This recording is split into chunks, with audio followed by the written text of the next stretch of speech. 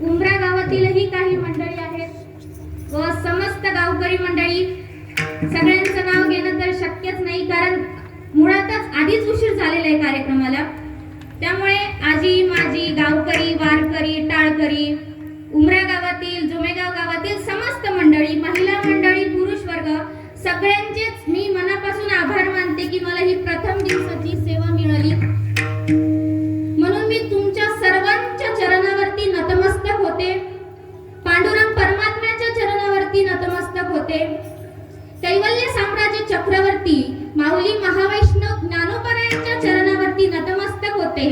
माझ्या आई वडिलांच्या चरणावरती नतमस्तक होते आणि सकळ वारकरी संतांच्या चरणावरती नतमस्तक होते. मस्तक हे पायावरी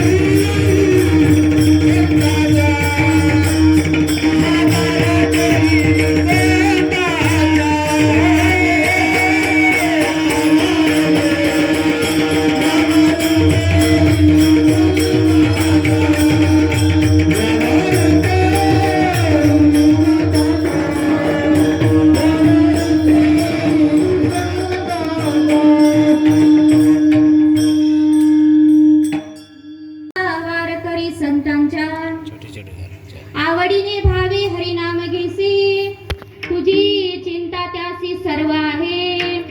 नको खेद करू कोणत्या गोष्टीचा, पती लक्ष्मीचा जाणत असे. प्रस्तुत अभंगामध्ये दक्षिण काशी असणारे पैठणचे सुप्रसिद्ध साधू एकनाथ महाराज आपल्याला यातून उपदेश सुद्धा सांगतात. या अभंगामध्ये हा अभंगच मुळात सर्व गुण संपन्न आहे. काही व्यक्ती अशा असतात जे सर्व गुण संपन्न असतात. त्याच प्रकारे आजचा अभंग सुद्धा सर्व गुण संपन्न आहे. आजच्या अभंगामध्ये संवाद सुद्धा होतो. आजच्या अभंगामध्ये जीवनामध्ये काय करायचे हे पण एकनाथ महाराज सांगतात, उपदेशही सांगतात. नामपर प्रकरणातील सुधला अभंग आहे आणि भावपर प्रकरणातील सुधला अभंग आहे. म्हणून आजचा अभंगच सर्व गुण संपन्न आहे. मग या अभंगामध्ये नेमकं एकनाथ महाराज सांगतात काय? हरिपाठ ज्ञानोबरायांचा असू द्या किंवा हरिपाठ एकनाथ महाराजांचा असू द्या, त्यात सार एकच आहे की काय करा, मुखाने हरीचं नामस्मरण करा. समजा जोमेगावहून आळंदीला जा किंवा उमरेहून आळंदीला जाता तर आळंदीलाच ना, तसं एकनाथ महाराजांचा हरिपाठ घ्या किंवा ज्ञानोबरायांचा हरिपाठ घ्या, सांगतात एकच की मुखाने हरी बोला. आणि तसंच वारकरी संप्रदाय हा मुळात 5 संतांवरती आधारित आहे. 5 मेन संत आहेत. त्यामध्ये पहिले नामदेवराय. नामदेवराय म्हणजेच पंढरपूरचे आणि विठ्ठलांचे सगळ्यात लाडके भक्त. कीर्तनकार खूप झालेत आजकाल कीर्तनकाराला कमी नाही. आणि आळंदीत बघलात ना महाराज, तुम्हाला घरोघरी कीर्तनकार सापडेल. कीर्तन खूप जणांनी केलं आणि अजूनही करतील आणि करावंच. कलियुगामध्ये करावे कीर्तन. कीर्तनकार खूप आहेत महाराज, पण नामदेवरायांसारखं कीर्तन कुणीच करू शकत नाही. अहो, नामदेवरायांचं सामर्थ्य काय होतं महाराज? कीर्तन खूप झाली पण देव फक्त एकाच्याच कीर्तनात नाचला, ते म्हणजे नामदेवराय. एवढं सामर्थ्य नामदेवरायांचं होतं. अजून काय सामर्थ्य नामदेवरायांचं सांगायचं? आपण असं पाहिलंय का की मंदिर फिरतं? आपल्या गावचं मंदिर फिरल का? फिरल? अहो, जागे आहात का नाही? अजून वेळ नाही झाली झोपायची. फिरल का आपलं मंदिर? नाही. पण नामदेवरायांचं कीर्तन ऐकण्यासाठी मंदिर सुद्धा फिरलं. फिरविले देऊळ जगा माझी नामदेवाती दूध प्याला, नामदेवाती दूध प्याला,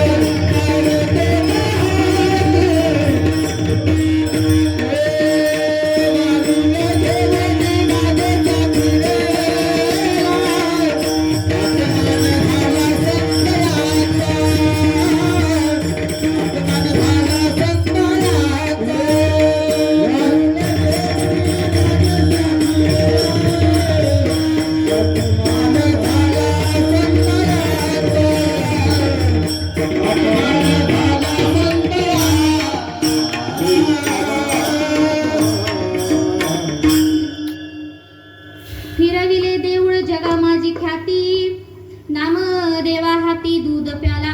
अहो ते संत इतके श्रेष्ठ होते की ते कीर्तन करायला लागले की मंदिर सुद्धा फिरावं. का तर नामदेवरायांचं कीर्तन ऐकण्यासाठी. असं सामर्थ्य फक्त नामदेवरायांत होतं. ते प्रथम संत.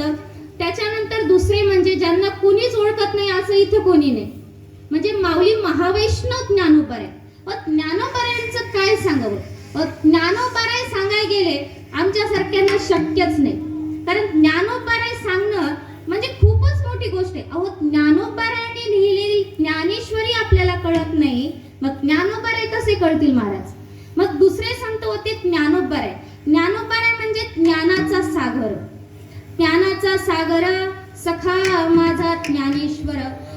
आपण कितीही ज्ञानी समजा बरं का स्वतःला, ज्ञानी आपण समजत असाल तर एकच गोष्ट करा, ज्ञानोबारायांना बघून या, मग आपल्यातला अहंकार कसा जातो बघा. ज्ञानोबाराय म्हणजे ज्ञान. सोपी गोष्ट समजाय की ज्ञानोबाराय म्हणजे ज्ञान. सगळ्यांचे गुरु म्हणजे ज्ञानोबाराय. ज्ञानी यांचा गुरु राजा महाराव नंदी ज्ञानदेव माईसे. ज्ञानोबाराय म्हणजे ज्ञान. हे दुसरे संत वारकरी संप्रदायातले. त्याच्यानंतर आज ज्यांचा अभंग आहे ते एकनाथ महाराज. एकनाथ महाराज आपण सगळेजण परमार्थ करतो कशासाठी की देवाची प्राप्ती करण्यासाठी. देव आपल्यावरती प्रसन्न व्हावा म्हणून परमार्थ आपण करतो. पण एकनाथ महाराजांचं काय. अहो एकनाथ महाराजांच्या घरी स्वतः देव राबावं इतके श्रेष्ठ एकनाथ महाराज. एकनाथ महाराजांच्या घरी पांडुरंग परमात्म्याने कावडीने पाणी जा घरी चक्र पाणी जा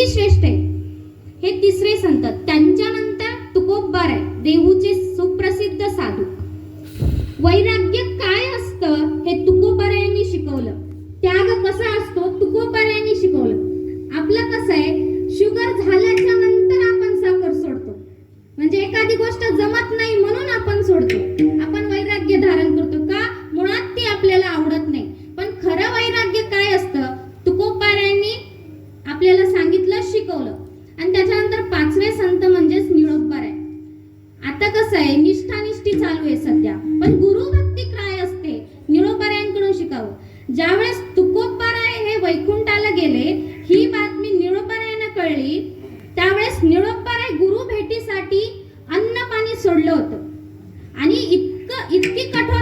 इतकं कठोर राहिलं की देवाला दया आली आणि देव निळोबारायांकडे आले, म्हटले निळोबाराय आता तुकोबाराय तरी वैकुंठाला गेले आणि परत ते येऊ शकत नाही, तुम्ही अन्न घ्या पाणी घ्या.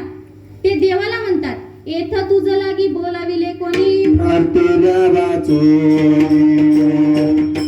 आला सीता आरती देवाची आला सीता आरती देवाची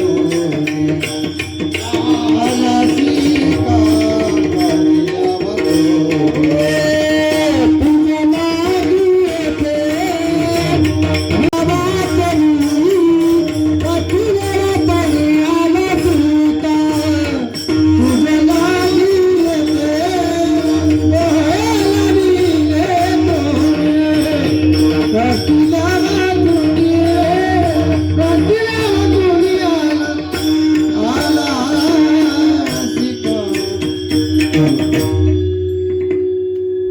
देवाला म्हणाव तुला कोण बोलवले रे इथे. थोडा घोंगाट कमी करा, घोंगाट. मी तर माझ्या गुरूंना बोलवले, मग तू कशाला आलास इथं. तुम्ही माझे गुरु नाही, माझे गुरु तुकोबार आहे. तुकोबार यांना वैकुंठातून भूतलावरती बोलवलं असं सामर्थ्य फक्त विठ्ठल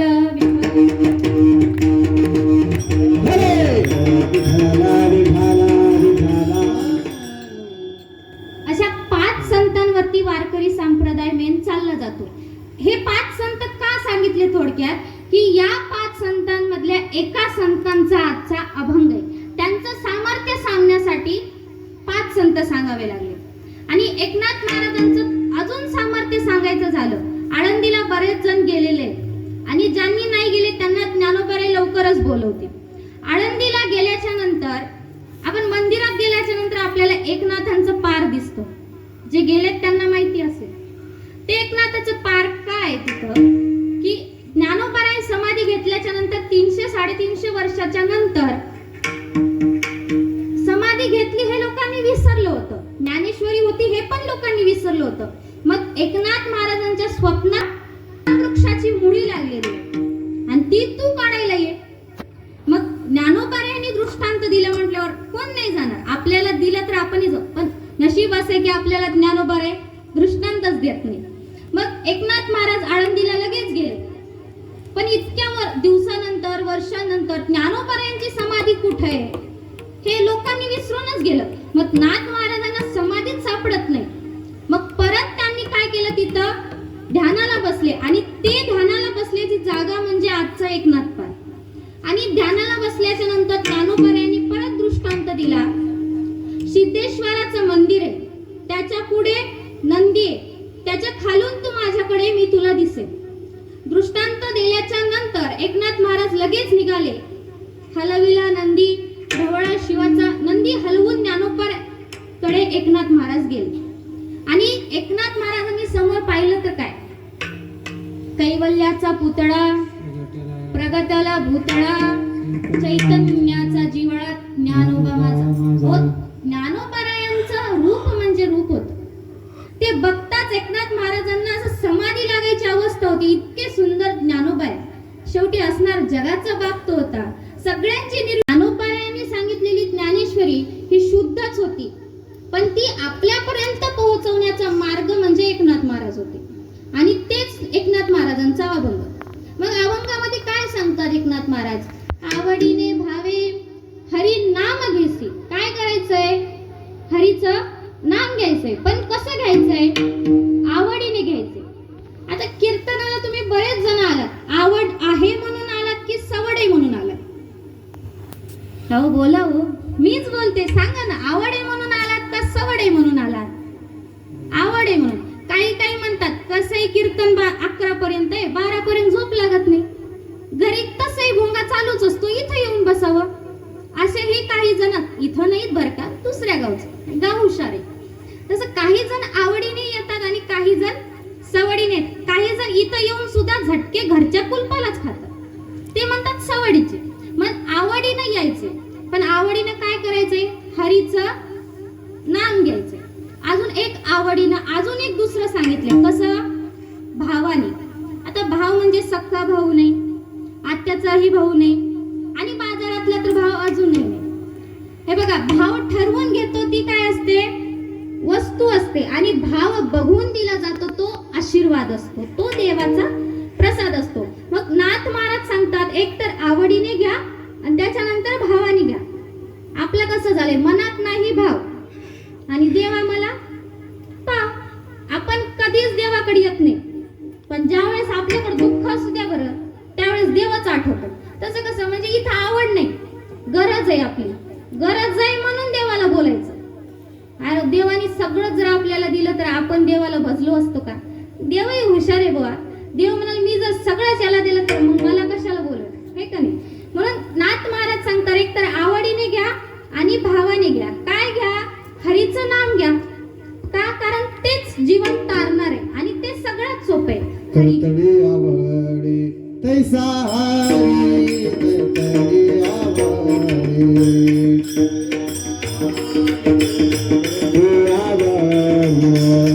तैसा हरी, करतडी आवडे.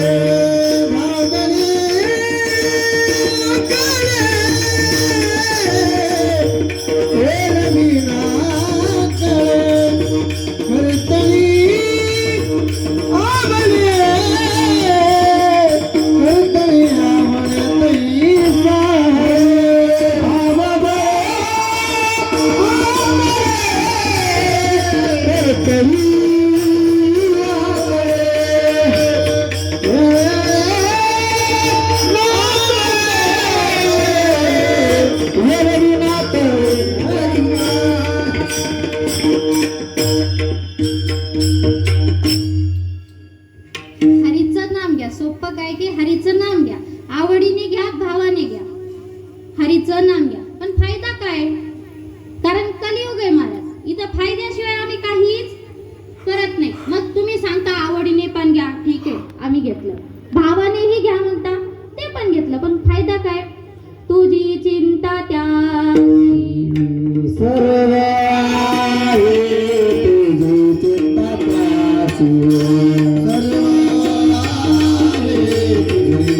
तुझी चिंता त्यासी, सर्व आहे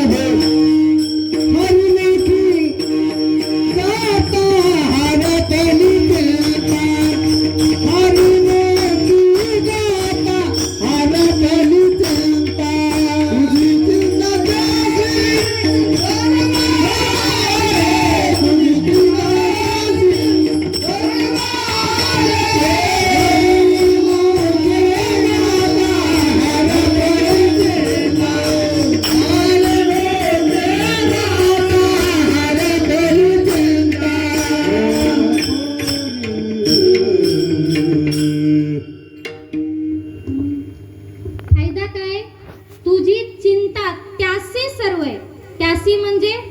देवासी. म्हणून काय करायचंय, आवडीने भावाने हरीचं नाम घ्यायचंय. मुळात हरीचं नाम घ्यायला सुद्धा तसे पूर्वजात संस्कार पाहिजे किंवा तशी सवय पाहिजे.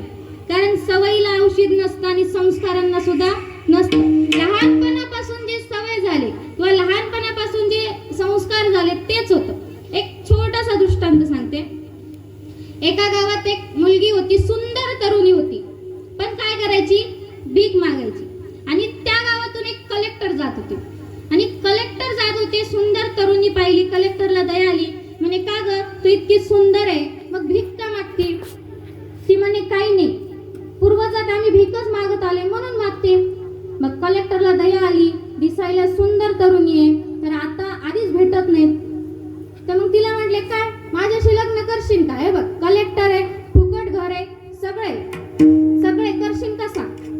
मग आता भिकारीन होती, तिला म्हटलं सगळंच फुकट आहे, का नाही करणार. ती म्हटली तयार आहे, पण बाबाला विचार. मग त्यांचं लग्न झालं बरं का, कलेक्टरचं भिकारींचं लग्न झालं. आणि कलेक्टर होता मला मीटिंग तर असणार.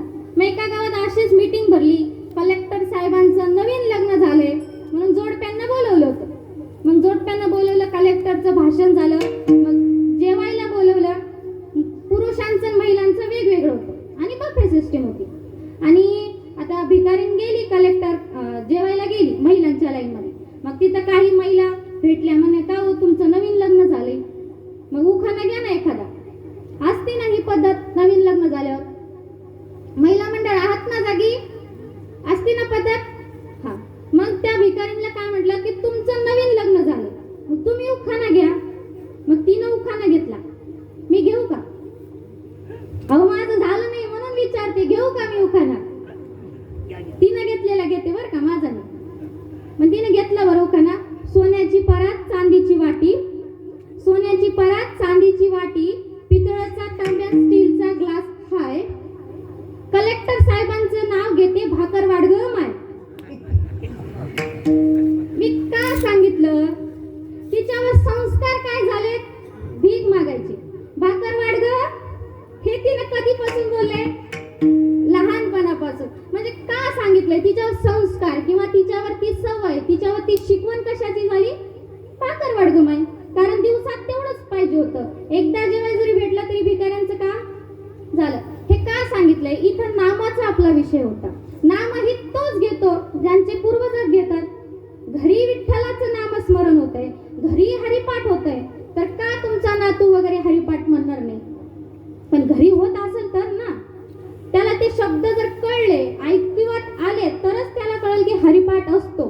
हरीचं नाम आपण इतके परमार्थ करतो, आपलं नाव जरी हरी असलं तरी आपण हर्या म्हणतो, हा आपला परमार्थ. मग काय करायचंय, नाथ महाराजांनी सांगितलंय, महाराज आवडीने घ्या, भावाने घ्या, हरीचं नाम घ्या. पण फुकटही घ्या म्हणत नाही ना देव. देवाचा एक नियम आहे, घेसी तेव्हा देसी, ऐसा असशी उदार. काय उघडू देवा तुझे कृपणाचे दार. देव घेतल्याशिवाय देत नाही आणि घेतल्यावर देतो, हा देवाचा नियम आहे. आपण बैमान असतो महाराज, पण देव कधीच बैमान नसतो. सुंदर माझे जाते ग फिरते देखे का हो वेगळ्या गावी कौतुक तू रे बा विठ्ठला, वेगळ्या गावी कौतुक तू रे बा विठ्ठला. सुंदर माझं जाते ग फिरते कौतुक तू रे बा विठ्ठला, वेगळ्या गावी कौतुक तू रे बा विठ्ठला.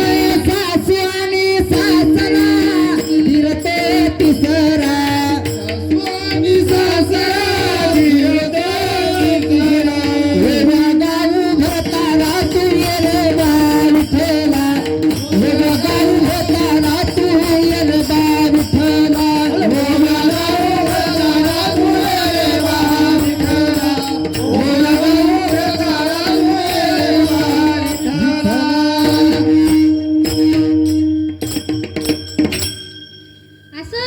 दळण दळता दळता जनाबाई ओव्या गायच्या.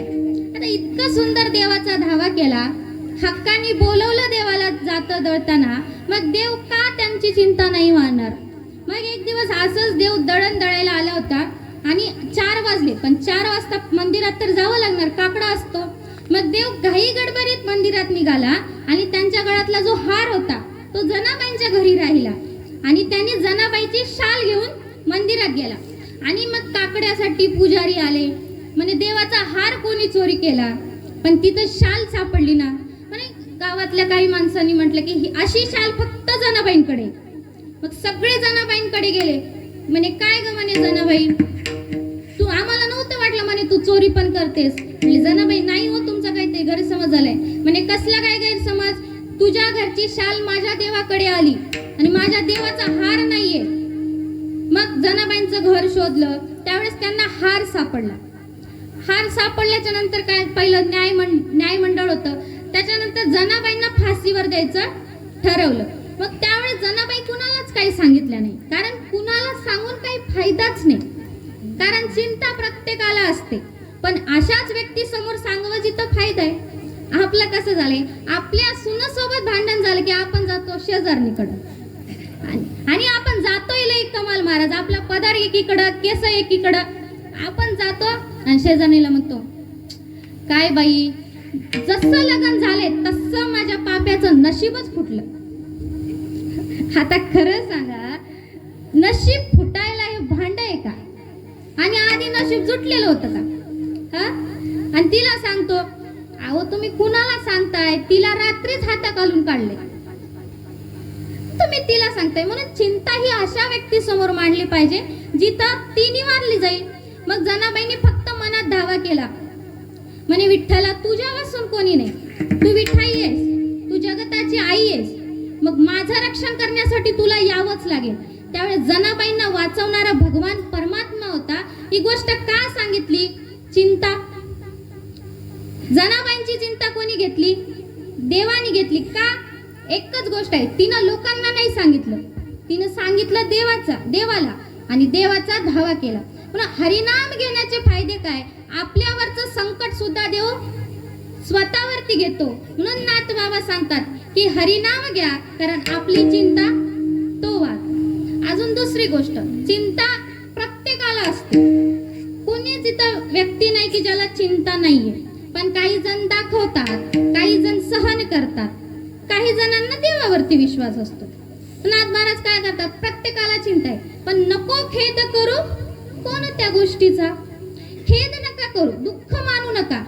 कारण सांगा महाराज, दिवसभर जर सूर्यच असता तर मग चंद्राला, म्हणजे चंद्रच नसता तर सूर्याला किंमत आहे का? चंद्र आहे म्हणून तर सूर्याला किंमत आहे. मग आपल्या आयुष्याचं सर्व सुखच असतं, मग दुःखाला काय किंमत आहे? म्हणजे सुखही पाहिजे आणि दुःखही पाहिजे. दुःख आहे म्हणून सुखाला किंमत आहे. आणि सगळंच सुख दिलं तर जीवनालाही आनंदच नसता ना, कारण प्रत्येकाच्या घरी सुखच असतं. मग सगळ्यांना सुख असतं तर एक गोष्ट नसती, त्यामध्ये प्रेम नसतं. कारण एकमेकांशी प्रेम केल्याच्या नंतर आनंद मिळतो, सुख मिळतं. म्हणून काहींना सुख जास्त असतं, काहींना कमी असतं. पण प्रत्येकाला चिंता मात्र असते बरं का. फक्त काहींचा दिखावा असतो, काहींचा दिखावा नसतो. काही जण देवावरती सोडतात दुःख, कारण त्यांना माहितीये पती लक्ष्मीचा जो जन्माला घातलाय तो आपल्याला तारणार पण आहे. आता आई वडील आपण कुठंही जरी असलो तरी आपली काळजी करतात ना, करतात का नाही? मग तसंच आपण, आपले आई वडील मुळात कोण? विठोबा आणि रखुमाई. मग आपल्याला जन्माला त्यांनी घातलंय तर मग आपली काळजी ते वाहणारच. म्हणून कोणत्याच गोष्टीचा खेद करायचा नाही. अभंगाचं दुसरं चरण. नको खेद करू कोणत्या गोष्टीचा, नको खेद करू कोणत्या गोष्टीचा, नको खेद करू कोणत्या गोष्टीचा, नको खेद करू कोणत्या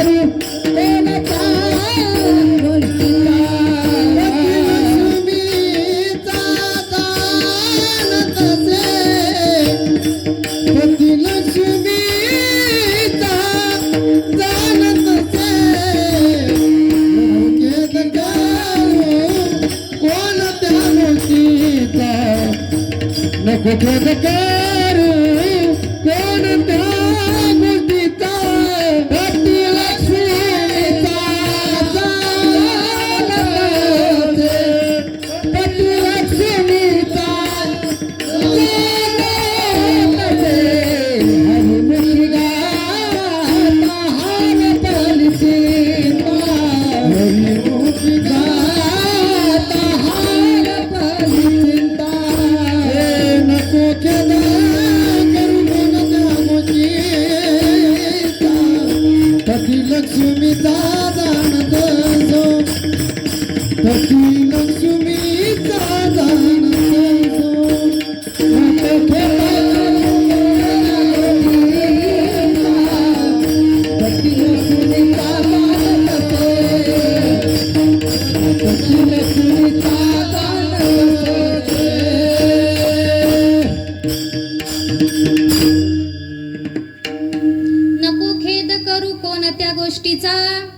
पती लक्ष्मीचा जाणत असे, हरिमुखी गाता हरपली चिंता, त्या नाही मागुता जन्म घेणे.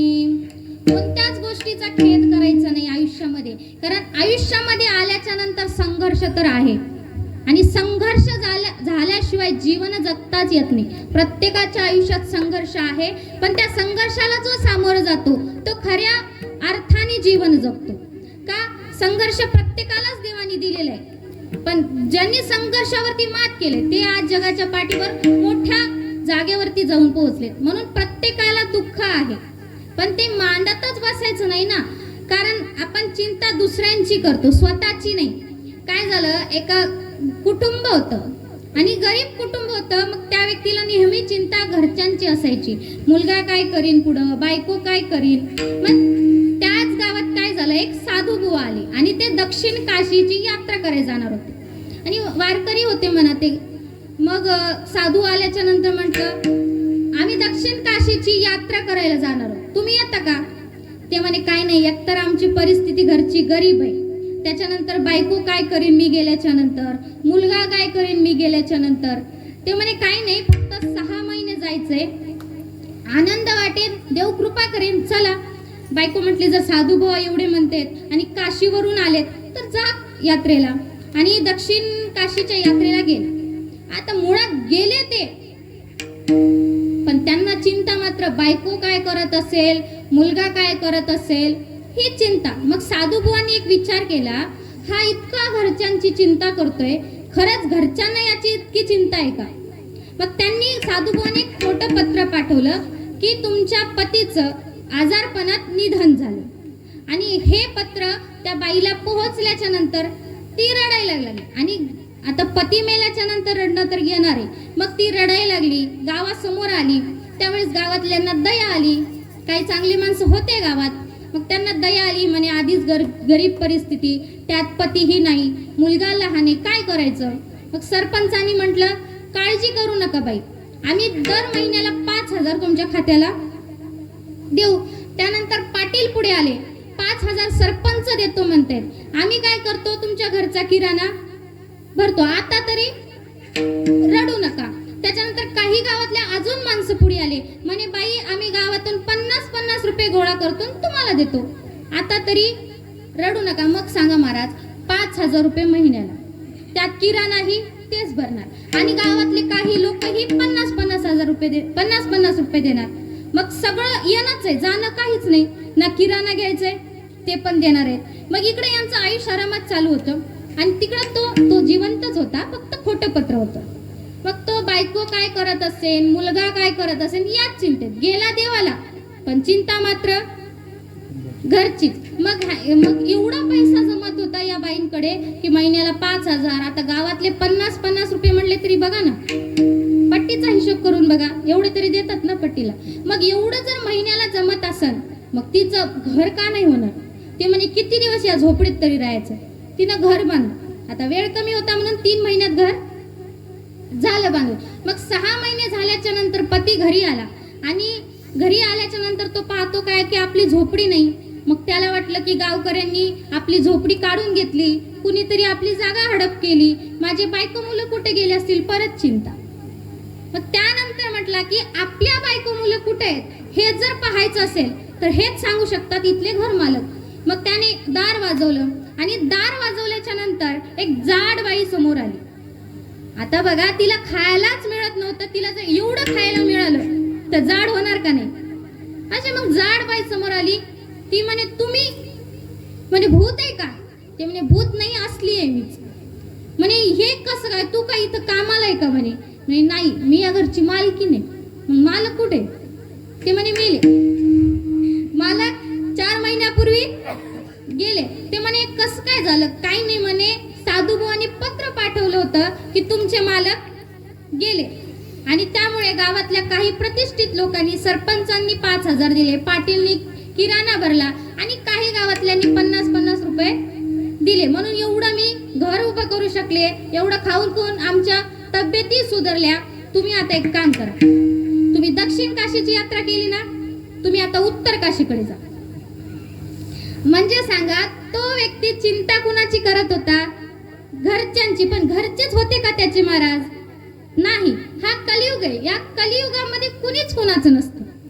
म्हणून चिंता करू नका, चिंतन करा. कसं चिंता आणि चित्ता सारखे आहेत. चिंता चिता समयती बिंदू मात्र विपरीतम, चिता दहती मृतम, चिंता दहती जीवितम. म्हणजे चिंता आणि चित्ता दोन शब्द सारखेच आहेत, फक्त अनुस्वारात फरक आहे फक्त, आणि त्यांच्या क्रिया पण बदल आहे. चिंता काय करते? जिवंत माणसाला जाळते आणि चित्ता मेलेल्याला. म्हणून जिवंत आता मेल्याच्या नंतर जाळणारच आहेत ना, मग तेव्हा जाळायची हौस फिटणारच आहे ना, मग जिवंतपणी का जाळायचं? म्हणून चिंता करायचं नाही, फक्त देवाचं चिंतन करायचं. पण का चिंता नाही करायची सांगा? आता तुम्ही ऐकलंय का 2 म्हशी म्हणतात चला कीर्तनाला जाऊ? ऐकलंय? किंवा कोंबडीने म्हटली की तुळशीला आपण पाणी घालूया? नाही. या पृथ्वी तलावरती देवाचं भजन फक्त मनुष्यच करू शकतो, म्हणून आपण करायचे. आणि चिंता का नाही करायची? कारण सकळ जीवाचा करीतो सांभाळ. सगळ्यांनाच तो सांभाळतो. पक्षी जगतात, प्राणीही जगतात, मग आपण का नाही जगणार? सगळ्या जीवांना सांभाळणारा जर देव आहे, तरी ही काळजी का करायची? अभंगाचं 3रं चरण. सकळ जीवाचा करीतो सांभाळ, सकळ जीवाचा करीतो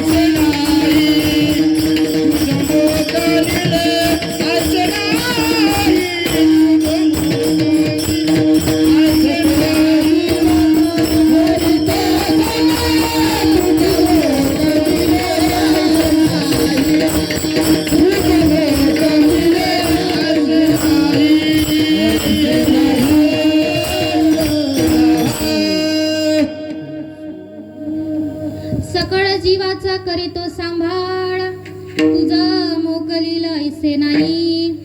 एकदा आपण वारकरी संप्रदायाच्या प्रमाणे भजन करूया. ज्यांना हात आहेत त्यांनी दोन्ही हात वरती करा. सगळ्यांनी हात दोन्ही वरती करा. एकदा भजन घेऊया. विठोबा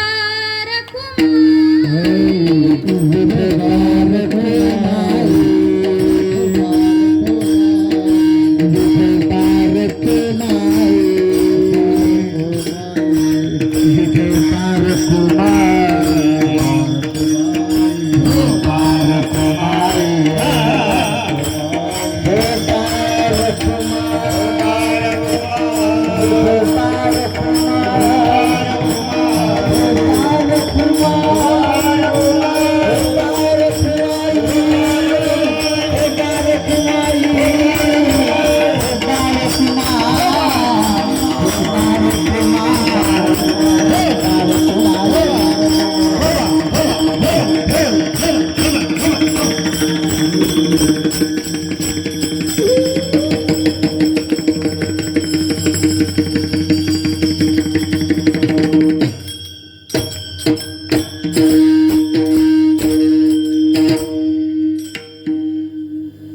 सकळ जीवाचा करीतो सांभाळ, तुझं मोकलीला ऐसे नाही. हरिमुखी गाता हरपाली चिंता, त्या नाही मागुता जन्म घेणे. जो सकळ जीवांचा सांभाळ करतो तसाच तो आपल्याला सुद्धा सोडणार नाही. आपली पण काळजीच घेणारा भगवंत आहे. देवाकडे समान न्याय असतो, फक्त देवाला आवडेल तसं राहिलं पाहिजे. सकळ जीवांचा तो सांभाळ करतो, म्हणून देवाने जसं ठेवले तसं राहिलं पाहिजे. शेजारच्याची गाडी बघून आपल्याला वाईट वाटलं नाही पाहिजे, अशी आपली वृत्ती पाहिजे. नाहीतर आपल्याला दुःख या गोष्टीचं नाही होत की आपल्याकडे काय नाही, आपल्याला दुःख या गोष्टीचं होतं की शेजारच्याला जास्त आहे. का महिला मंडळ, बरोबर ना? हा, म्हणून दुःख दुसऱ्यांमुळे आपल्याला जास्त होतं, म्हणून स्वतःत आनंद शोधायला बघा, कारण सापडतो. म्हणून जैसी स्थिती आहे तैशा परी राहायचं, जसं आहे तसं राहायचं. आपलं डोकं जास्त लावलं ना की मग तिथं नाशच होतो. आता एक माणूस होता आणि वैशाखाचा महिना होता, भर ऊन होतं, मेचा महिना, आणि मेचा महिना होता, भर ऊन होतं. टोपी घातलं होतं आणि मुळात ती टोपी पण फाटलेली होती. आता एवढ्या उन्हामध्ये माणूस अनवाणी पायनं चालत होता आणि बराच वेळ चालल्याच्या नंतर भरपूर ऊन लागत होतं. म्हणून म्हटला की झाडाच्या खाली विसावा घेऊया. मग विसावा घ्यायला गेला आणि ते झाड होतं बेलाचं, आणि मग त्याला वरी बघल्याच्या नंतर त्याला दिसला बेल, आणि त्याला बाजूलाच काय सापडलं, डांगर. डांगरच म्हणतात ना, महाग असतं, भोपळा, आणि त्याची वेल केवढी असते, बोटा एवढी. म्हटलं देवाला पण निर्मिती जमलीच नाही बा. या ठिकाणी जर मी असतो, या ठिकाणी मी असतो तर ते डांगर बेलाच्या जागी असतं आणि बेल डांगराच्या जागी. म्हटलं देव म्हणला तू बर, मला निर्मिती नाही जमत ना, तुझी निर्मिती तुला सांगतो म्हणे, थांब. मग देवाने काय केलं, डांगराच्या, देव कथेतला देव करू शकतो, देवाने काय केलं, डांगराच्या जागी बेल लावलं आणि बेलाच्या जागी डांगर लावला. मला निर्मितीच दाखवायची ना, तुला दाखवतो. देवाने काय केला, जो डांगर होता ते खाली पडला आणि ते अशा ठिकाणी पडला जिथं त्याची टोपी फाटलेली होती. तो उन्हातून आला होता, त्याच्या डोक्यातच पडला. मग सांगा आता डोकं किती चिकन झालं असं. म्हटलं माझी निर्मिती सांगते बाबा, इथं जर कोणी विसाव्यासाठी बसलं आणि चुकून बेल जर खाली पडला आणि ते डांगराच्या आकाराचा असता तर माणूस मरण ना. म्हणून देव सगळ्या परिपूर्ण विचाराने देव काय करतो, निर्मिती करतो. पण आपलं डोकं लागलं ना तिथं नाश. म्हणून जसं आहे तसं राहायचं. जैसी स्थिती आहे तैशा परी राहे, कौतुक तुपा आहे संचिताचे. काय झालं, एका गावात 2 मजली घर होतं आणि एक 3 मजली घर होतं. त्या शेजारच्यालाही 2 मुलं होते आणि इकडच्या घरातल्यालाही 2 मुलं होते. यांचंही किराणा दुकान होतं आणि यांचंही किराणा दुकान होतं. सगळं सारखं होतं, फक्त यांचं 3 मजली घर होतं आणि इकडच्यांचं 2 मजली घर होतं. पण इथंही दुःख, म्हणजे यांना 3 मजली, आम्हाला 2 मजली का? अहो थोडं तरी संचितावरती ठेवा ना. सगळं सारखं दिल्यावर नशीब सारखंच झालं ना. मुळात नशीब कुणाचंच सारखं नसतं. म्हणून जीवन जगत असताना कौतुक पाहायचं, कशाचं, संचिताचं. म्हणून एका जनार्दनी भोग प्रारब्धाचा, भोग प्रारब्धाचा. प्रारब्ध बदलू शकत नाही. प्रारब्धच म्हणजे सोप्या शब्दात नशीब बदलू शकत नाही, पण त्यातून येणारे भोग मात्र बदलू शकतो. कसे काय? सुदामदेव सगळ्यांना माहिती असते, भगवान कृष्णाचे परम मित्र. मित्र जर कसा असावा तो सुदामदेवांसारखा. आता दरिद्र भोगून झाल्याच्या नंतर सुदामदेव कुठं आले, द्वारकेत आले. मग त्यांचं सगळं बोलणं रडणं वगैरे झाल्याच्या नंतर मग आता मित्र इतक्या दिवसातून भेटल्याच्या नंतर चर्चा या होणारच. मग त्यावेळेस सुदामदेव आणि कृष्ण बोलत होते आणि त्यावेळेस कृष्णाने म्हटलं, का रे सुदामा, तू इतके दिवस दारिद्र्यात का घालवली? तुला माहिती का म्हणे, आपल्याला गुरुमातेने सरपण आणायला पाठवलं होतं जाळून. त्यावेळेस तुझ्या पायात काटा रुतला होता आणि तो काटा निघतच नव्हता. त्यावेळेस तो काटा मी माझ्या दाताने काढला होता. कुणी? जगाच्या मालकाने दुसऱ्याच्या पायातला काटा काढला होता. एवढी मैत्री श्रेष्ठ होती. मग त्यांच्या गप्पा चालल्या. काय म्हणे सुदाम्या, आता मित्र होते म्हणल्यावर त्यांची एकेरी भाषा. म्हणे काय म्हणे सुदाम्या, तुला इतकं दरिद्री आलंच का? असं म्हणता देवा, जाऊ दे, इतकी दिवस सांगितलं नाही, आज सांगतो. माहिती का म्हणे, एक दिवस आपण सांदीपानी गुरूंच्या आश्रमात होतो. त्यावेळेस आपल्या आश्रमाच्या शेजारी एक ब्राह्मणींचं झोपडी होती आणि तिचे मुलं होते आणि तिला पती नव्हता. मग तिनं काय करायची, भीक मागायची, भिक्षा मागायची आणि काहीतरी आणून आपल्या लेकरांचं पोट भागवायची. आणि एके दिवस तिला काय झालं, हरभरे भेटले. तिने आपल्या बाळाला खाऊ घातले आणि काही उद्या होतील म्हणून ठेवले. आणि ठेवल्याच्या नंतर मग त्याच रात्री चोर आले आणि तिच्या झोपडीत गेले, ब्राह्मणींच्या. आणि झोपडीत गेल्याच्या नंतर आता हरभरे पिशवीत बांधले होते. हरभरे आणि एक दाणी सारखेच वाटतात ना, वरून जर पाहिले तर. आहे ना तुमच्याकडं एक दाणी दागिना आहे ना, मग सारखाच वाटतो का नाही? चोरांना वाटलं ही एक दाणीच आहे, हे सोने, म्हणून चोरांनी काय केले, ती चोरायचा प्रयत्न केला आणि चोरले. तेवढ्यात ती ब्राह्मणी जागी झाली. आणि जागी झाल्याच्या नंतर ती म्हटली, माझ्या लेकरांसाठी खायला आणलं होतं, त्यांच्याही तोंडचा तुम्ही घास घेताय. श्राप आहे माझ्या ब्राह्मणींच्या. हे हरभरे जो कोणी खाईल तो आयुष्यभर दरिद्री राहील. श्राप कुणाचा होता? स्त्रीचा तर होताच, पण तो ब्राह्मणींचा होता. मग श्राप तर लागणारच.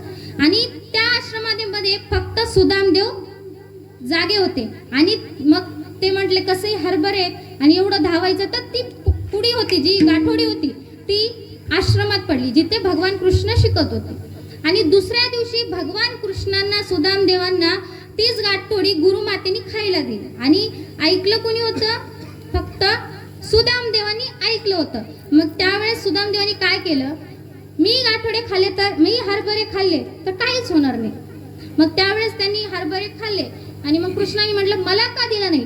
कारण देवा म्हटले, याच्या माग एका ब्राह्मणींचा श्राप होता की जो कोणी हा हरभरा खाईल तो आयुष्यभर दरिद्री राहील. मग तू का खाल्लास? कारण आहे देवा, आजपर्यंत नव्हतं सांगितलं, आता सांगतो, कारण आता वेळ झालेली. का सांगतो देवा? सगळ्यांना तू सांभाळतोस. माझ्यासारखा एखादा व्यक्ती दरिद्री असला तरी चालेल, पण जगाला चालणारा जर बाप दरिद्री असेल तर मग आम्ही कोणाकडे मागायचं? म्हणून तुझ्या नशिबाचा जो भोग होता तो मी घेतला. मग मी का सांगितलं?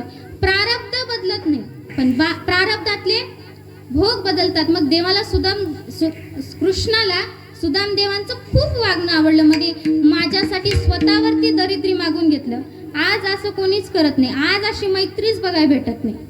कुणीच घेत नाही की दुसऱ्याला सुख देण्यासाठी स्वतः दुःख घेणारे माणसं फार कमी आहेत या कलियुगामध्ये. मग सुदामदेवाला आता खूप दारिद्र्य भोगलं ना. मग देवानी काय केलं, ज्यावेळेस कुंकुम टिलक होतं त्यावेळेस असा गंध लावताना देवानी असं केलं. मोठ्यांच्या कृतीमध्ये मोठाच अर्थ दडलेला असतो नेहमी. त्यांच्या याच्यावरती काय होतं, यक्ष श्री क्षय होतं. मग श्री म्हणजे लक्ष्मी आणि क्षय म्हणजे नाश.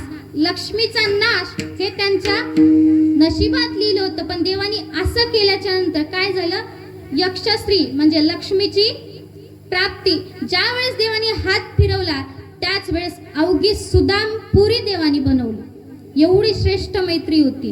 का? प्रारब्धात ते भोग बदलू शकत नाहीत, पण हरीची कृपा झाल्यावरती होतं. हेच अभंगाचं 5 वचन. एक जनार्दनी भोग प्रारब्धाचा, एक जनार्दनी भोग प्रारब्धाचा, एक जनार्दनी भोग प्रारब्धाचा, एक जनार्दनी भोग प्रारब्धाचा.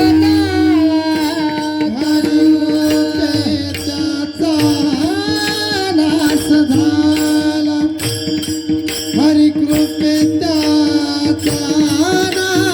आस झाला. हरिमुखी गाता हर परिचिता,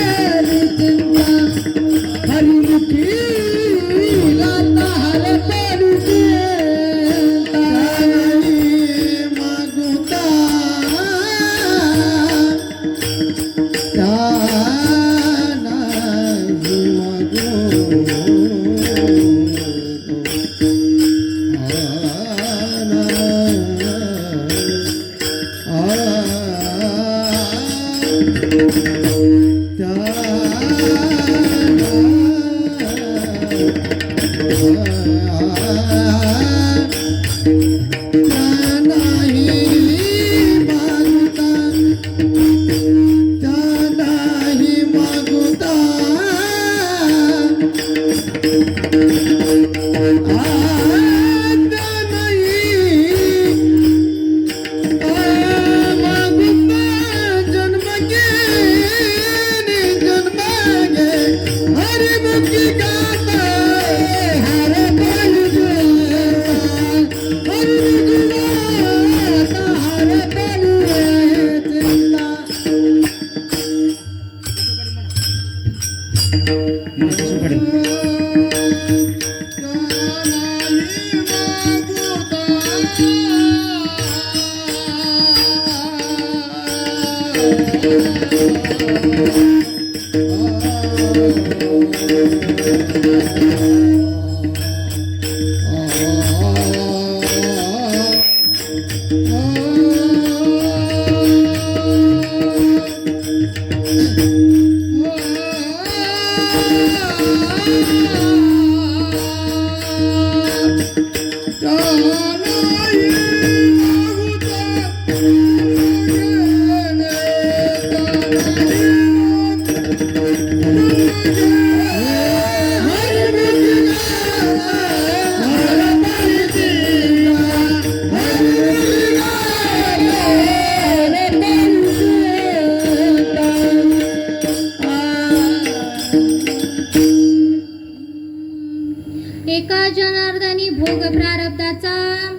हरी कृपे त्याचा नाश झाला हरी मुखी गाता हरपली चिंता त्या नाही मागुता जन्म घेणे एका जनार्दनी भोग प्रारब्धाचा भोग कशामुळे येतो प्रारब्धामुळे आणि प्रारब्धातले भोग कसे बदलतात की हरीची कृपा झाल्याच्या नंतर पण हरीची कृपा कशी होते हरिपाठातलंच एक प्रमाणे नित्य प्रेम भावे हरिपाठ गाय हरी कृपा होय तय जो प्रेमाने नित्य हरिपाठ गातो त्याच्यावरती हरीची कृपा होते हरिपाठही जमत नाही त्याच्याहून सोपं आहे काय हरिमुखी गाता हरपली चिंता हरी म्हणणं काहीच अवघड नाही अडाणी असो शिकलेला असो नोकरीवाला असो घरकाम करणारा असो हरी म्हणण्यात काहीच अवघड वाटत नाही मला तरी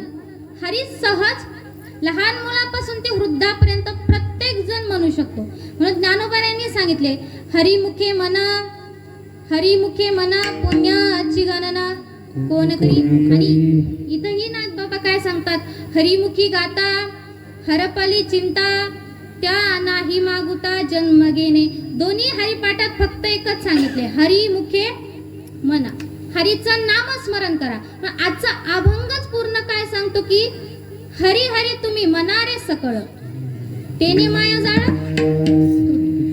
काय करायचंय की फक्त या नरदेहात जन्माला आल्याच्या नंतर देवाचं भजन करायचं जास्त काही जमत नसेल एखाद्या वेळेस हरी तुम्ही काहीही करताना म्हणू शकता ना घरकाम करताना म्हणू शकता शेतकरी शेतात म्हणू शकतात दुसऱ्यांना शिवा देण्याच्या वेळेस तरी म्हणू शकतो ना म्हणायचंच ठरवलं तर कधीही म्हणू शकतो पण मुळात आवड पाहिजे म्हणून सुरुवातच आवडीपासून आहे कारण एकनाथ महाराजांनी सांगितले ज्ञानोबाऱ्यांनी सुद्धा माझ्या सांगितले म्हणा पण त्याचं मूळ कारण आहे आवड असल्यावर कोणी म्हणतं पण त्यांनी सुरुवातच आवडीपासून केली खरं आवड ही सगळ्यात मोठी गोष्ट आहे ती असेल तर माणूस काहीही साध्य करू शकतो मुळात आवड पाहिजे म्हणून आवडीने हरीचं नाम घ्या आणि आजच्या अभंगामध्ये एकच सार घ्यायचं की हरीचं नाम घ्यायचे थोडे 10 मिनिट जास्त घेऊन बोलते काहीही जीवनात करता आलं नाही तरी चालेल पण विठ्ठल आणि रखुमाई सारखे असणारे आपल्या आई बापाची सेवा मात्र आपल्या हातून झाली पाहिजे. काय आहे ना, आई वडिलांची सेवा केली तरी हरीला प्राप्त होते. कसं आहे, भगवंताला प्रत्येकाच्या घरी येऊन सांभाळता येत नाही, म्हणून भगवंताचंच रूप म्हणजे आपले आई वडील असतात. म्हणून जितकी आई वडिलांची सेवा झाली तितकी भगवंताला प्राप्त असते. आणि मुळात भगवंताला कोणते भक्त प्रिय असतात? देवालाच भजावं असं देवाचं म्हणणं नाही, किंवा संतांनीही नाही सांगितलं तुम्ही देवच भजा. अहो, तुम्ही आई वडिलांची सेवा जरी केली तरी देवाला प्राप्त होते. म्हणून काहीही नाही करता आलं तरी चालेल, आपल्या घरी विठ्ठल रुक्माई सारखं जोडपं असतं महाराज, ते म्हणजे आपले आई वडील. खरं आहे ना की जिथं पिकतं तिथं विकत नाही, तसं जोपर्यंत आपल्या सोबत आहे तोपर्यंत त्याची किंमत आपल्याला कळत नाही. कसं ढगाआड गेलेला सूर्य परत दिसतो का? नाही. तसं माती आड गेलेली आई परत दिसत नाही. म्हणून जोपर्यंत आई आहे तोपर्यंत आईची सेवा करा. कारण आई म्हणजे काय असतं? आई मायेचा सागर असतं. म्हणून आईची सेवा करा.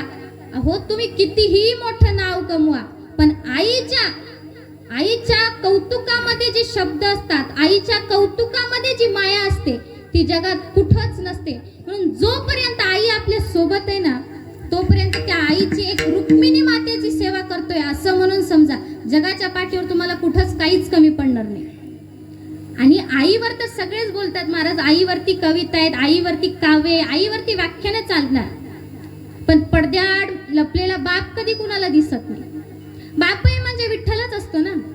मग बापाची ही सेवा करा महाराज. बाप जोपर्यंत असतो तोपर्यंत बापाची किंमत कळत नाही, पण ज्यावेळेस बाप जातो ना त्यावेळेस जबाबदारी या शब्दाचा नव्याने अर्थ कळतो. जोपर्यंत बाप आहे ना तोपर्यंत जबाबदारी म्हणजे काय कळतच नाही, पण बाप गेल्याच्या नंतर कळतं जबाबदारी कशाला म्हणतात. कसं वागावं समाजामध्ये, कसं जगावं समाजामध्ये हे बाप असताना कळत नाही. बाप गेल्याच्या नंतर ज्यावेळेस सगळ्या कृती आपल्याला कराव्या लागतात ना त्यावेळेस बापाची काय रोल होता आपल्या आयुष्यामध्ये ते कळतं. पण गेल्याच्या नंतर किंमत नसतेच ना महाराज, कारण एकदा गेलेली व्यक्ती ही परत येत नाही. म्हणून जोपर्यंत देवाने दिले ना तोपर्यंत सेवा करा ना. कसं आहे, ट्रेन निघून गेल्याच्या नंतर हात दाखवून फायदा आहे का? मग जोपर्यंत आहेत ना तोपर्यंत सेवा करा. कारण देवाने सांगितले, मला बघितलं नाही तरी मी तुमचं वाकडं काहीच करणार नाही, फक्त तुम्ही आई वडिलांशी प्रेमाने वागा, आदराने वागा. जोपर्यंत आपल्या घरात बाप आहे ना तोपर्यंत आपल्याला सन्मान असतो, आपल्याला अभिमान असतो ना, आपल्याला स्वाभिमान सुद्धा आपल्या बापामुळे मिळतो.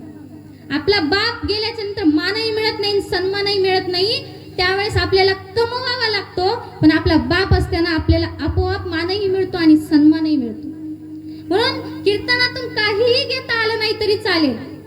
आणि ज्या सुना आहेत त्यांच्यासाठी सांगते, लहान तोंडी मोठा घास घेऊन सांगते, आपल्या सासू सासऱ्यामध्ये सुद्धा आपले आई वडील जर बघितले ना तर तुम्हाला दुःख तुमच्या घराला सुद्धा स्पर्श करणार नाही.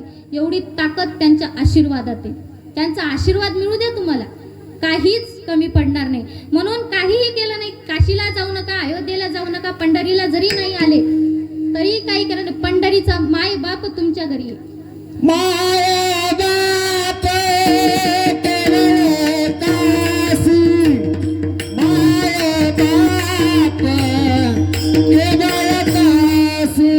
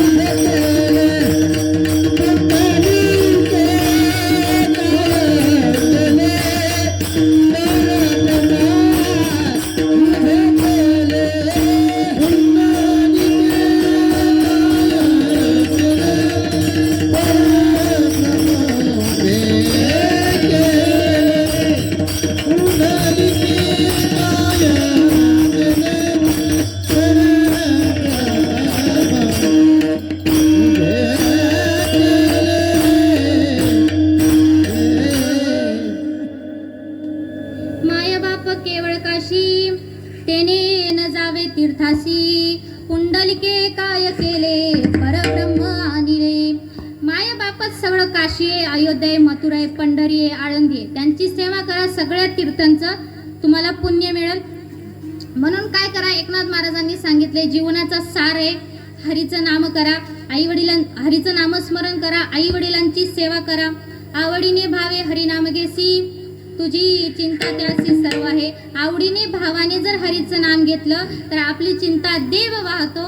कोणत्याच गोष्टीचा खेद करायचा नाही. दुसरं चरण सांगतं, त्याच्यानंतर सांगतात सगळ्या जीवाचा सांभाळ करणारा देव आहे, म्हणून आपण कसलंच टेन्शन घ्यायचं नाही. जशी परिस्थिती आहे तसं राहायचं, कारण सगळं भोग जो आहे तो प्रारब्धाचा आहे, तो पण हरीची कृपा झाल्याच्या नंतर नाश पावणार आहे. म्हणून सुखात आनंदात स्वतःही राहायचं आणि दुसऱ्यालाही आपल्यामुळं आनंद होईल असं जीवन जगायचं. एकनाथ महाराजांनी सुंदर असा अभंग हरिपाठात लिहिला, सांगितला. त्या अभंगाचं असंच चिंतन असेल असं माझं मत नाही. पण ज्या पद्धतीने ज्ञानोपारायांनी या बालकाला बुद्धी दिली त्याप्रमाणे चिंतन सोडवण्याचा प्रयत्न केला. काही चुकी झाली असेल तर लहान म्हणून क्षमस्व. आणि तसंच नोहे हा एकल्याचा खेळ आणि म्हणून मेळा जमविला, म्हणून एकटी मी कीर्तन करू शकले नसते. सगळ्यांची साथ आहे. गायनाचार्य आता सर्वच गायनाचार्य सगळ्यांचे नावं घेणार नाही. जण जे आहे ते केशव बाबा असतील उमरेकर, त्याच्यानंतर बालाजी बाबा, त्याच्यानंतर सगळेच गायनाचार्य, हरिभक्तपरायण रोहन महाराज उमरेकर, मनोहर बाबा उमरेकर, त्याच्यानंतर ते पण गायनाचार्य, क्षमस्व नाव नाही माहिती. त्याच्यानंतर चोपदार बाबा तुमचे पण आभार. विनेकरी बाबा तुमचे पण मनापासून आभार. आणि सुंदर असा पखवाज ज्यांनी या दादांनी वाजवला. खरं तर हे बी काम सोपं नाही, कोणतीच गोष्ट आयुष्यात सोपी नाही, पण जीव तोडून ज्यांनी इथं 2 तास पखवाजाची सेवा केली अशा दादांचेही मनापासून आभार. आणि सगळ्यात महत्त्वाचे आवाज देणारे साऊंड सिस्टीम वाल्यांचे सुद्धा आभार. आणि न झोपता न काहीच बोलता तुम्ही शांत चित्ताने कीर्तन ऐकलं. माझं बोलणं तुम्ही ऐकून घेतलं, कारण कोणीच कोणाचं बोलणं ऐकायला रिकामं. तुम्ही वेळातला वेळ काढून इथं कीर्तनाचं चिंतन ऐकायला आलात, म्हणून तुमचेही मनापासून आभार. सगळ्यांचेच मी आभार मानते. कोणी राहिलं असेल तर क्षमा करा, कारण मी सगळ्यांचेच आभार मानते. ज्ञानेश्वर माऊली